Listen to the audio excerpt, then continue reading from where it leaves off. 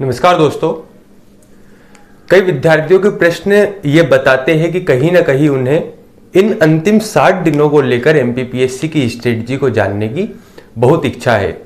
जहां हम कई विद्यार्थियों से बात करने पर पता लगता है कि कुछ स्टूडेंट ऐसे हैं जिन्होंने अपना जो सिलेबस है वह सिलेबस आधे से अधिक कंप्लीट कर लिया है।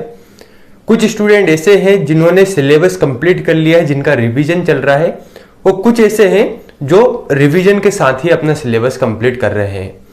लेकिन महत्वपूर्ण बात जो मेरे सामने आई, मुझे ये पता लगा कि अभी बहुत से स्टूडेंट ऐसे हैं जिन्होंने तैयारी ही शुरू नहीं की है एमपीपीएससी प्री के लिए।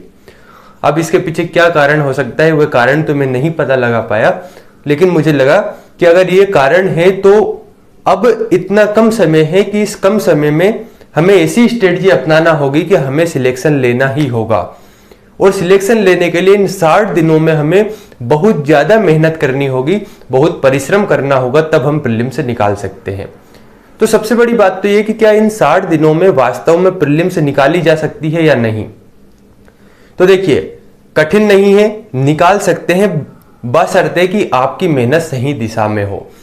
तो बात करेंगे कि बेस्ट स्ट्रेटजी क्या होनी चाहिए इन 60 दिनों के लिए एमपीपीएस से निकालने के लिए। देखिए, जो स्ट्रेटजी है, स्ट्रेटजी का मतलब होता है रणनीति, और रणनीति का बड़ा ही महत्व है किसी भी एग्जाम को निकालने के लिए।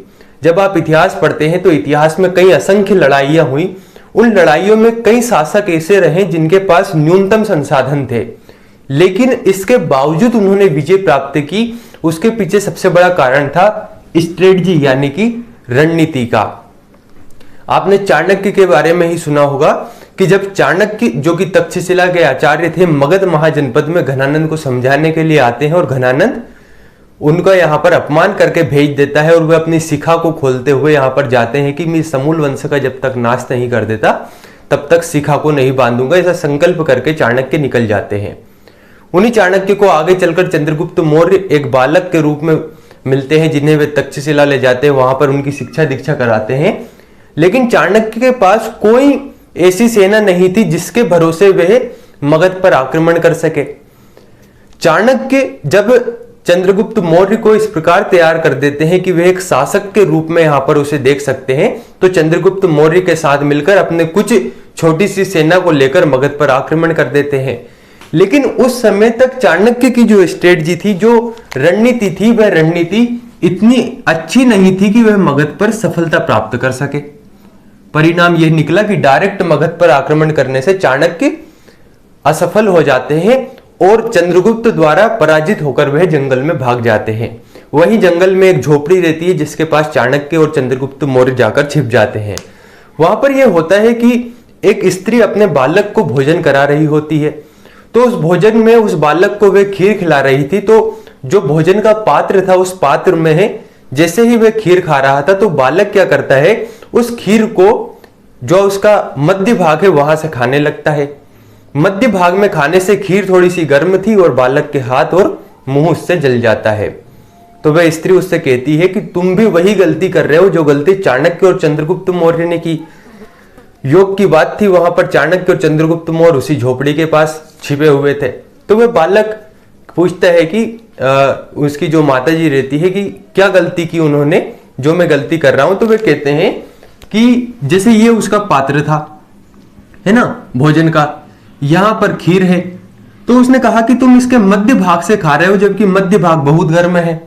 तुम्हें क्या करना चाहिए, इसे आसपास से खाना चाहिए। क्यों? क्योंकि यहां पर इतना गर्म ये है नहीं। यानी कि खीर को पहले आसपास से खाइए, उसके बाद मध्य भाग को खाइए। चाणक्य इस बात को समझ जाते हैं कि हमारी गलती आखिर हुई क्या। तो इस भोजन के पात्र से, इस खीर के उदाहरण से वे समझ जाते हैं कि हमने गलती क्या की। हमने गलती ये की कि ये जो मगध साम्राज्य था, ये था केंद्र बिंदु। हमने इसके आसपास वाले क्षेत्र को विजित ना करके सीधे मगध पर आक्रमण कर दिया। परिणाम ये निकला कि हमें असफल होना ही है। तो उन्होंने क्या किया कि सबसे पहले उन्हें समझ में आया कि हमें आसपास के राज्यों को जीतना होगा। क्यों? क्योंकि मगध ने भी बहुत सारे आसपास के राज्यों को जीता था, तो कहीं ना कहीं मगध से उन राज्यों के मध्य विद्रोह चल रहा था। तो चाणक्य को समझ आया कि आसपास के राज्यों को जीतकर इन्हें एकत्र करना होगा और उसके बाद हमें मगध पर आक्रमण करना होगा। और यही रणनीति उन्होंने बाद में अपनाई और इसी सफल रणनीति के चलते आसपास के राज्यों को विजित किया, उन राजाओं को अपने साथ किया और मगध पर आक्रमण किया और मगध में मौर्य वंश की नींव डलवाई और चंद्रगुप्त मौर्य द्वारा वहां पर मगध में मौर्य साम्राज्य स्थापित किया गया। तो यहां पर जो सबसे बड़ा खेल था वह खेल था रणनीति का। पहली जो रणनीति थी, जैसे ही मगध पर उन्होंने डायरेक्ट आक्रमण किया वे असफल हुए, जो कि एक असफल रणनीति थी। और दूसरी रणनीति, आसपास के क्षेत्रों को उन्होंने विजित किया, जबकि सेना वही थी, लोग वही थे, अंतर था यहां पर रणनीति का। तो मेरे कहने का मतलब यह है कि अगर इन 60 दिनों में आपको एग्जाम निकालना ही है तो आपके पास बेस्ट स्ट्रेटजी होना चाहिए। अब यहां पर बात हम क्या क्या करेंगे थोड़ा सा उसको समझेंगे। हम यहां पर दो बातें करेंगे। पहला तो इसके सिलेबस को समझेंगे कि इस सिलेबस में क्या क्या पढ़ना है और कैसे पढ़ना है इन 60 दिनों में। दूसरी बात हम ये करेंगे, कुछ महत्वपूर्ण इंपॉर्टेंट टॉपिक की बात करेंगे, जो टॉपिक आपको छोड़ना ही नहीं है, उन्हें ऐसे रट डालना है कि वहां से प्रश्न बनते ही आपके प्रश्न सही हो। ठीक है दोस्तों। उसके अलावा हम बात करेंगे और क्या स्कोप है और कहां से हम अंक अर्जित कर पाए, इन तीनों चीजों के ऊपर बात करेंगे। तो सबसे पहले हम बात करते हैं इसके सिलेबस के बारे में। पहली मेरी राय यह है कि यह वीडियो थोड़ा सा लंबा होने वाला है। अगर आपके पास इतना धैर्य है कि हम इस वीडियो को पूरे को देख सके तो ही आप देखें। दूसरी बात यह कि अगर आप ये 20 मिनट 30 मिनट का वीडियो नहीं देख पाते तो कैसे आप 8 से 10 घंटा पढ़ाई कर पाओगे। पहली बात तो यह है। तो आपको थोड़ा सा धैर्य के साथ देखना होगा, समझना होगा कि बात क्या की जा रही है। देखिए, सिलेबस को समझने से पहले, चूंकि हमारे पास है अब 60 डेज, है ना, यानी कि हमारे पास है 60 दिन। तो इन 60 दिनों को हमारे पास एक एक दिन ऐसा होना चाहिए कि वह एक भी दिन ऐसा नहीं होना चाहिए कि उसमें हमने पढ़ाई नहीं की, यानी कि प्रत्येक दिन हमें पढ़ाई करना है। दूसरी बात यह कि प्रत्येक दिन हमें लगभग 8 से 10 घंटे पढ़ना ही है। अब वे आप कैसे भी पढ़ते हैं, आपको इतना पढ़ना ही पड़ेगा अगर आप पहली बार तैयारी शुरू कर रहे हैं तो। ठीक है। अब ये 8 से 10 घंटे मजाक नहीं होते, ये पढ़ाई होती नहीं है। इसके लिए क्या करना है, इसके लिए आपको एक टाइम टेबल बनाना पड़ेगा। बिना टाइम टेबल के मैं गारंटी से कह सकता हूं आप 8 से 10 घंटे नहीं पढ़ पाते। इसमें फिर आप अराजक तरीके से पढ़ेंगे, मन चाहेगा जब सोएंगे, मन चाहेगा जब उठेंगे। आपके माइंड को पता ही नहीं लगेगा कि कब पढ़ना है कब सोना है, और आपको लगेगा तो कि मैं पढ़ाई कर रहा हूं, लेकिन अगर आप उसे लिखने लग गए कि मैं कितनी देर पढ़ रहा हूं तो औसतन आपका 3 से 4 या 4 से 5 घंटे ही निकल के आएंगे। तो सबसे पहला काम, सिलेबस, इंपॉर्टेंट टॉपिक, सब चीजों को छोड़ दीजिए, पहले इन 60 दिनों का एक टॉपिक बनाइए। ठीक है। दूसरी बात, इन 60 दिनों में पूरे सिलेबस को डिवाइड कर दीजिए। सिलेबस को डिवाइड करने के बाद एक दिन का टारगेट देखिए कि एक दिन में कितना हमें कंप्लीट करना है। तब आपको समझ आएगा कि इतना तो एक दिन में पढ़ना ही पड़ेगा। फिर उसके लिए कभी 9 से 10 घंटे भी पढ़ना पड़े, किसी दिन 10 से 12 घंटे भी पढ़ना पड़े, तो आपको संकोच नहीं करना है। यानी अभी स्ट्रेटजी हमने शुरू नहीं की है, इसके पहले हमें थोड़ा सा टाइम टेबल फॉलो करना पड़ेगा, थोड़ा सा हमें डिसिप्लिन में रहना पड़ेगा अगर इस एग्जाम को निकालना है तो। ठीक है दोस्तों। अब हम बात करते हैं, ये तो हुई एक मुख्य बात कि कैसे हम इस टाइम को उपयोग में लाएंगे, कैसे हम इस टाइम को मैनेज करेंगे। यानी कि आपको थोड़ा सा टाइम टेबल के साथ चलना पड़ेगा, और टाइम टेबल के साथ ही आपको थोड़ा सा डिसिप्लिन यानी कि अनुशासन में रहना पड़ेगा। अब हम बात करते हैं इसके सिलेबस के बारे में। तो इसका जो सिलेबस है, आप अगर जानते हैं तो इसका सिलेबस 10 इकाई में डिवाइड है। यूनिट नंबर यानी कि 10 यूनिट है इसके सिलेबस में। उन सभी यूनिट को पहले देखेंगे हम। आपको लगता है कि सर हमें तो पहले से सिलेबस पता है, तो आप मत देखिए। आपको लगता है कि कुछ विशेष यहां पर बता सकते हैं तो आप देख सकते हैं। यूनिट नंबर 1 की हम बात करते हैं, है ना। यूनिट 1 को आपने देखा होगा, जो पहली यूनिट है, इस यूनिट में आपको मिलेगा एमपी के, जिसमें मध्य प्रदेश का सीधे रूप में मैं लिख रहा हूं इतिहास, इसी में इतिहास, इसी में संस्कृति, इसी में साहित्य। यानी कि यहां पर जैसे अगर हम बात करें भाषाओं के बारे में या बोलियों के बारे में, यहां पर इसके इतिहास के बारे में, यहाँ के कल्चर, संस्कृति, लोक साहित्य, लोक कला, लोक गायन, इसके अलावा यहाँ पर लोक नृत्य, इन सभी चीजों के बारे में बात की गई है यूनिट 1 के बारे में। थोड़ा सा धैर्य रखिए, आसानी से समझेंगे। यूनिट नंबर 2 की बात करते हैं, जो दूसरे यूनिट है। दूसरी यूनिट में दिया गया है भारत का इतिहास, सीधे रूप में मैं लिख रहा हूं इतिहास यानी हिस्ट्री, जिसमें तीनों भाग है आपके, प्राचीन इतिहास, मध्यकालीन इतिहास यानी मध्य इतिहास, मिडाइवल हिस्ट्री, और आधुनिक इतिहास, है ना। यूनिट 3 की हम बात करते हैं। जो तीसरी यूनिट है आपकी, तीसरी यूनिट में दिया गया है मध्य प्रदेश का भूगोल, जिसे मैं सीधे रूप में एमपी ज्योग्राफी लिखता हूं, मध्य प्रदेश का भूगोल, जिसमें आपको क्या पढ़ना है, मध्य प्रदेश के पठारों के बारे में पढ़ना है, नदियों के बारे में पढ़ना है, कुछ हद तक आप यहां पर वन की बात कर सकते हैं, यहीं पर आपको खनिज संपदा, इन चीजों के बारे में पढ़ना है। यूनिट नंबर 4 की मैं बात करूं तो इसमें दिया गया है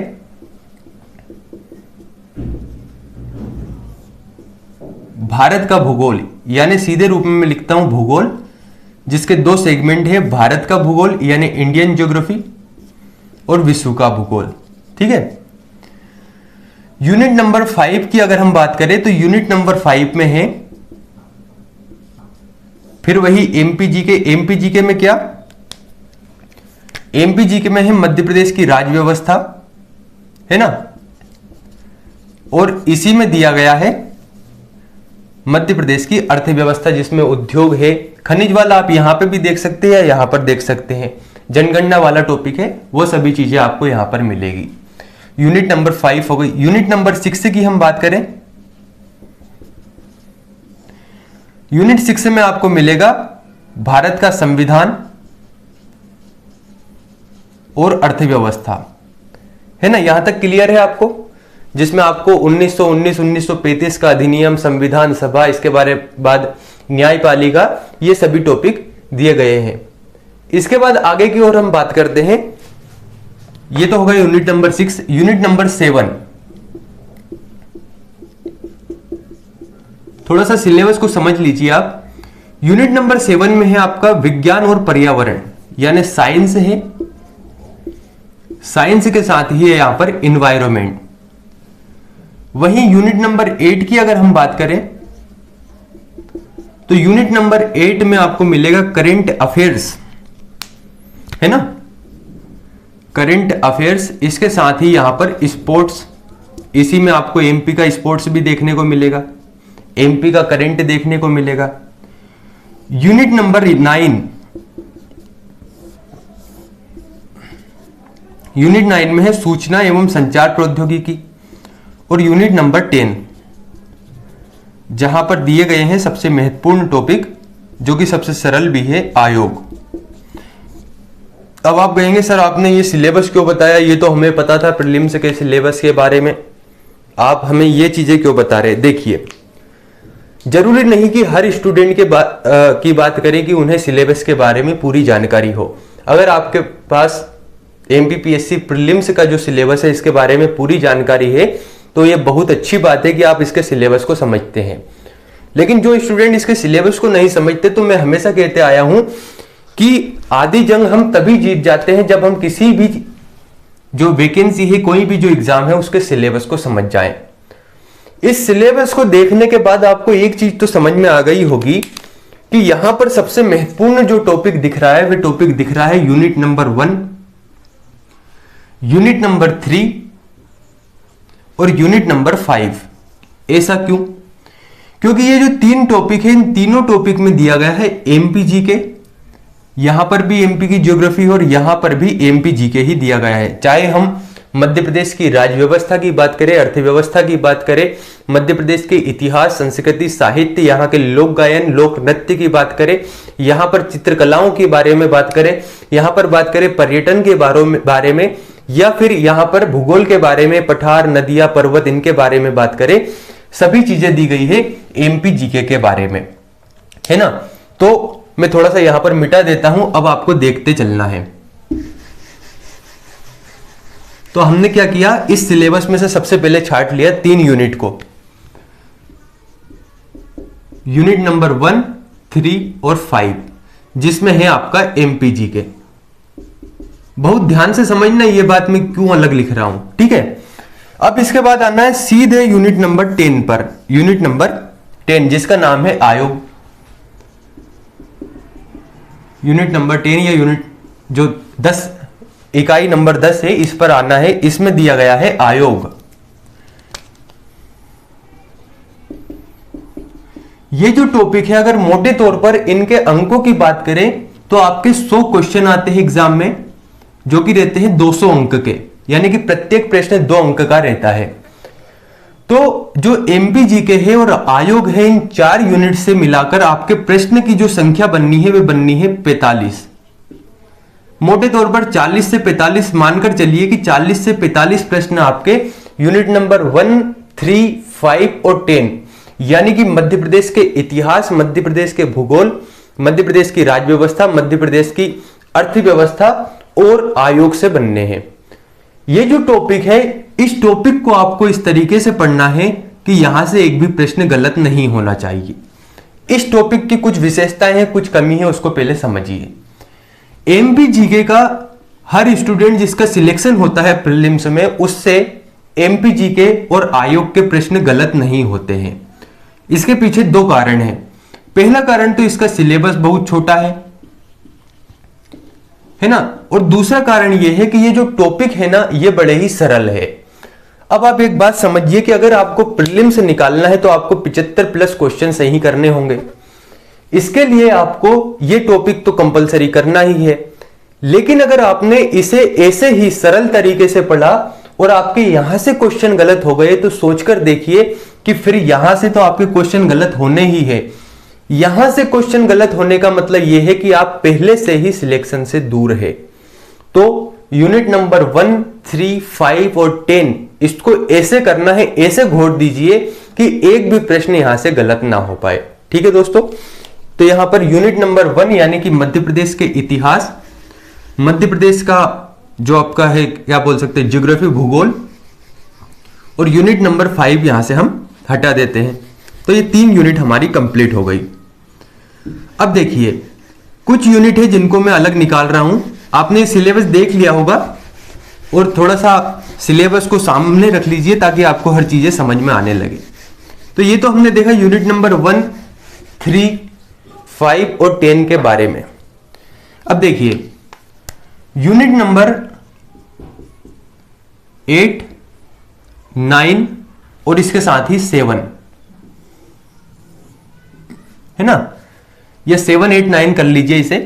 तो यूनिट नंबर 7 जिसमें दिया गया है साइंस और पर्यावरण, यूनिट नंबर 8 जिसमें करेंट अफेयर्स, यानी कि इन यूनिट में क्या है साइंस है, इसी में इन्वायरमेंट है यानी पर्यावरण है। बहुत आसानी से एक एक चीजों को समझेंगे, बिल्कुल तनाव नहीं लेना है, सहज रहना है, बहुत समय हमें निकाल लेंगे प्रीलिम्स, बस अच्छे से देखते रहिए। यूनिट नंबर 9 की बात करें या 8 की बात करें हम, तो यूनिट नंबर 8 में दिया गया है आपका करेंट अफेयर्स और इसी में दिया गया है स्पोर्ट्स। यूनिट नंबर 9 की बात करें तो इसमें दिया गया है सूचना और संचार प्रौद्योगिकी, है ना। अब देखिए थोड़ा सा मैं शेष जो यूनिट बची हुई है उसको और लिख लेता हूं। तो हमने 4 और 3 7 यूनिट कंप्लीट की यहां पर। इसमें बची हुई है हमारी यूनिट नंबर, अगर मैं बात करूं 2, 4 और इसके अलावा 6, जिसमें क्या क्या है, इसमें दिया गया है भारत का इतिहास यानी कि हिस्ट्री, इसी में दिया गया है ज्योग्राफी, इसी में है आपको पॉलिटी और इसी में है इकोनॉमिक्स।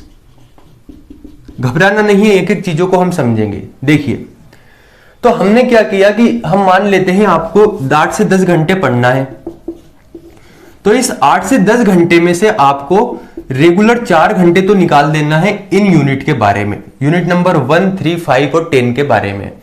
अब बचता है आपके पास 6 घंटे। इन 6 घंटों में से 2 घंटे आपको निकाल देना है रिवीजन के लिए, है ना। रिवीजन बहुत ही जरूरी है अगर आपको प्रीलिम से निकालना है तो। अब आपके पास बचते हैं लगभग 4 घंटे, यानी 4 घंटे यहां पर हो गए, 2 घंटे रिवीजन हो गए, 4 और 2 6, बचे 4 घंटे। इन 4 घंटों में क्या करना है, अगर आपको समय मिलता है या तो आप ये कर सकते हैं कि पहले इन यूनिट को पढ़ लीजिए या पहले इनको पढ़ लीजिए, या फिर आपको लगता है कि आप सभी को एक साथ पढ़ सकते हैं। मेरे हिसाब से मेरा यह मानना है कि आपको ज्यादा सब्जेक्ट एक साथ लेकर नहीं चलना है, 2 या 3 सब्जेक्ट ही एक साथ पढ़कर चलिए। तो आपको क्या करना है, पहले मान लेते हैं इन सब्जेक्ट को आप उठा रहे हैं, तो इसमें आपको क्या करना है, इसको ज्यादा नहीं पढ़ना है, औसत रूप से पढ़ना है। औसत रूप से कैसे, यहां से क्वेश्चन कोई गलत करने वाला नहीं है, लेकिन यहां से क्वेश्चन गलत होने की संभावना अधिक लोगों की है। जबकि अगर इसकी हम बात करें तो सूचना संचार प्रौद्योगिकी बहुत ही छोटा टॉपिक है, अगर आप इसे सही तरीके से कर ले तो यहां से 8 से 10 क्वेश्चन आपके आसानी से बन जाएंगे। करंट अफेयर्स में आपको ज्यादा नहीं उलझना है, लेकिन इसमें करना क्या है, इसमें रिवीजन ज्यादा करना है। कोई भी एक मैगजीन आप ले लीजिए, उस मैगजीन को, है ना, उस मैगजीन को बिल्कुल घोट डालिए, ऐसे पढ़ लीजिए कि वहां से क्वेश्चन गलत ना हो। लेकिन आप सोचे कि करंट अफेयर्स पूरा ही आपसे बन जाए, तो ये आपकी कह सकते हैं गलत धारणा है, आपका भ्रम है। औसतन रूप से भी अगर आप बना देते हैं करंट के क्वेश्चन तो सफिशिएंट है। स्पोर्ट्स के लिए आप इतना पढ़े कि जितना आपका काम हो जाए, यानी आपको पीएचडी नहीं करना है। अब सबसे बड़ी समस्या आती है साइंस एंड एनवायरनमेंट के लिए। देखिए, एक तो ये तरीका है कि साइंस में हम पीएचडी कर ले, बहुत पढ़ ले, लेकिन साइंस से क्वेश्चन जो पूछे जाते हैं, नंबर ऑफ क्वेश्चन की अगर हम बात करें, प्रश्न संख्या की बात करें तो बहुत कम है। ऐसा ही पर्यावरण से बहुत कम है। तो आपको ये जो यूनिट नंबर 7 है ना, इसके लिए एक बुक मार्केट में मिल जाएगी, पतली से पतली बुक में लेना है, जिसमें बहुत कम यहां पर डाटा दिया गया हो। उसके पीछे कारण क्या है, हमें यूनिट नंबर 7, 8 और 9 में औसत नंबर अगर हम ले आए, जो कि कम पढ़कर भी हो सकता है, कम पढ़कर अगर हम ले आए तो आसानी से हम यहां पर प्रीलिम से निकाल लेंगे। ये बड़ी ही सीक्रेट बात है। क्यों? क्योंकि यहां पर इसमें डाटा तो बहुत है, लेकिन हम अगर कम पढ़कर मान लेते हैं 30 नंबर यहां से आ रहे हैं, हम 15 से 20 भी यहां से सही कर देना तो हमारे सिलेक्शन के चांस बढ़ जाएंगे। क्यों? क्योंकि हमने 45 नंबर का पहले ही ऐसे कर रखा है जहां से हमारे गलत होने की संभावना बहुत कम है। तो यूनिट नंबर 7 के लिए ऐसी बुक लाइए जिसमें कम से कम दिया हो, और कह सकते हैं कि जो डाटा हो वह डाटा बहुत ही उपयोगी हो। तो हमें क्या करना है, इसमें कम पढ़ना है, लेकिन इसको रिवीजन करते चलना है। तो हमारी कितनी यूनिट कंप्लीट हो गई, यूनिट 4 यहां पर और 3 यहां पर, 4 और 3 7। अब जो स्टूडेंट के साथ सबसे बड़ी समस्या है, वह सबसे बड़ी समस्या है जीएस वाले पोर्शन में हिस्ट्री, ज्योग्राफी, इसके साथ ही साइंस, आपका पॉलिटी और इकोनॉमिक्स के बारे में। देखिए, मैं यहां पर 2 बातें आपको बताऊंगा। या तो आप ऐसी बुक पढ़ लीजिए जिसमें चारों सब्जेक्ट दिए गए हों, लेकिन जो डाटा है वह बहुत कम दिया गया हो। मैं ये क्यों कह रहा हूं, क्योंकि यहां से जब आप इतिहास के प्रश्न पढ़ेंगे तो आप कितना ही पढ़ लीजिए, कुछ क्वेश्चन ऐसे मिलेंगे जिन क्वेश्चनों को आप नहीं सही कर सकते, है ना। तो घबराने की बात नहीं है, क्योंकि एमपीपीएससी में 100 क्वेश्चन आते हैं। इन 100 क्वेश्चन में से 75 क्वेश्चन तो रहते हैं इजी, बहुत आसान होते हैं, जिन्हें आप आसानी से कर सकते हैं। बचे 25 क्वेश्चन ये थोड़ा सा टफ होते हैं, है ना। तो 25 क्वेश्चन पर हमारा ध्यान नहीं जाना चाहिए, हमारा ध्यान जाना चाहिए 75 क्वेश्चन पर, क्योंकि इसमें से अगर हम आधे भी अगर तुक्के लगा पाए तो 12 से 13 क्वेश्चन हमारे सही होने की संभावना रहती है। और इतिहास से प्रश्न ऐसे ही पूछे जाते हैं कि आपको यहां पर संभावना के तौर पर ही आंसर लगाना है। फिर भी 75 क्वेश्चन ऐसे रहेंगे जिन्हें आप सरल कह सकते हैं, यहां पर सही करें तो आपका सिलेक्शन हो जाएगा। यानी कि इन पर आप ध्यान नहीं भी दें तो भी आपका सिलेक्शन यहां पर इन इजी क्वेश्चंस को पढ़ने पर हो जाएगा, जो कि इजी क्वेश्चन या तो इस बुक से आ जाएंगे, या फिर आप कोई ऑब्जेक्टिव बुक ले सकते हैं जिसमें हिस्ट्री, पॉलिटी, ज्योग्राफी, इकोनॉमिक्स सभी कुछ दिया हो। इसे पढ़ने का एक फायदा यह रहेगा कि इसे पढ़ने से क्या है कि आपका जो प्रीलिम्स है, इस प्रीलिम्स की जो प्रवृत्ति है, यानी कि इसका जो नेचर है वह है ऑब्जेक्टिव। तो मान लेते हैं आपने क्वेश्चन पढ़ा कि हड़प्पा सभ्यता की खोज किसने की, तो आपको यहां पर क्वेश्चन में दिया गया कि दयाराम साहनी, ये आपका आंसर था। तो भले ही ये आपको पूर्ण रूप से ध्यान नहीं रहे, याद नहीं रहे, लेकिन आप इसे आंसर लगा रहे हैं, पहले से आपने ये ऑब्जेक्टिव सोल्व किया है। तो जब आप एग्जाम हॉल में ये क्वेश्चन आएगा तो थोड़ा सा आपको लगेगा कि यार मैंने ये पढ़ा हुआ है, तो आपका ये तुक्का लगने की संभावना ज्यादा है, या यह कह सकते हैं कि सही होने की संभावना ज्यादा है। तो मेरे ख्याल से आपको हिस्ट्री, ज्योग्राफी, पॉलिटी, इकोनॉमिक्स, इसमें ज्यादा आपकी ऊर्जा खपत करने की जरूरत नहीं है। यहां पर आपको इतना पढ़ना है कि हमारे अगर यहां पर 3 यूनिट है, 30 क्वेश्चन बन रहे हैं, तो 12 से 13 क्वेश्चन सही होने चाहिए। ठीक है ना? क्यों? क्योंकि 40 क्वेश्चन यहां पर सही करते हैं 45 में, तो 40 ये। अगर हम 13 क्वेश्चन वहां पर करते हैं उन 3 इकाइयों में, तो 13 और 13 26 क्वेश्चन हो रहे हैं, लगभग यहां पर 70 क्वेश्चन हो रहे हैं। और उसके बाद अगर हम तुक्के जोड़ लेते हैं, यहां पर हर स्टूडेंट ये जरूर बताता है कि बनते हुए क्वेश्चन गलत हुए, लेकिन ये कोई नहीं बताता कि मेरे तुक्के कितने लगे। कहने का मतलब यह है कि हमें ऐसी स्ट्रेटजी अपनानी है कि जहां से किसी के गलत नहीं हो रहे हैं, वहां से तो हमारे भी नहीं होने चाहिए, और जहां से सभी के औसतन आ रहे हैं। मैं कह रहा हूं कोई कितना ही हिस्ट्री पढ़ ले, लेकिन पूरे क्वेश्चन हिस्ट्री के बनाना बड़ा ही कठिन कार्य है, और आप इसमें अगर 3 महीने लगा रहे हैं तो फिर कौन सी समझदारी है? उससे बेहतर है कि आप इस टॉपिक में लगाइए, है ना? यानी रणनीति बड़ी ही बेहतर होनी चाहिए। तो आपको क्या करना है, जो यूनिट नंबर 2, 4 और 6 है, इसके लिए या तो कोई बुक ले लीजिए जिसमें बहुत कम डाटा में आपको सभी चीजें मिल जाए, या फिर आपको क्या करना है, कोई ऑब्जेक्टिव बुक ले लीजिए जिसके आप ऑब्जेक्टिव लगाकर आसानी से सोल्व कर सके। तो आपको लेकिन पढ़ना यहां पर न्यूनतम है इन यूनिट नंबर 2, 4 और 6 के लिए। अब मैं कुछ महत्वपूर्ण टॉपिक की बात कर रहा हूं जहां से प्रश्न हमेशा बनते ही हैं, है ना? यानी आप पढ़ तो पूरा ही रहे हैं, छोड़ना कुछ भी नहीं है, बस ये कि कहां पर ज्यादा पढ़ना है, कहां पर कम पढ़ना है, इस चीज का आप ध्यान रख रहे हैं। कुछ महत्वपूर्ण टॉपिक जो आपको पढ़कर ही जाना है, जहां से आपको कुछ भी नहीं छोड़ना है। तो सबसे पहले बात करेंगे एमपी जीके के बारे में। अगर आप इनको कंप्लीट करते हैं तो मानकर चलिए 20 से 25 क्वेश्चन आपके यहां से आ ही जाने हैं, क्योंकि ये मैं पुराने प्रश्नों के एनालिसिस के बाद बता रहा हूं। एमपी जीके की अगर हम बात करें तो एमपी जीके में सबसे पहली बात तो ये कि इसका जो इतिहास है, इसके इतिहास में जितने भी अभिलेख हैं, है ना, एक तो अभिलेख और कुछ महत्वपूर्ण जो तथ्य होते हैं ना, महत्वपूर्ण फैक्ट, उन्हें आपको पढ़ना है। भले ही आप पूरा इतिहास समय नहीं है, नहीं भी पढ़ रहे, लेकिन एमपी जीके तो आपको पढ़ना ही है।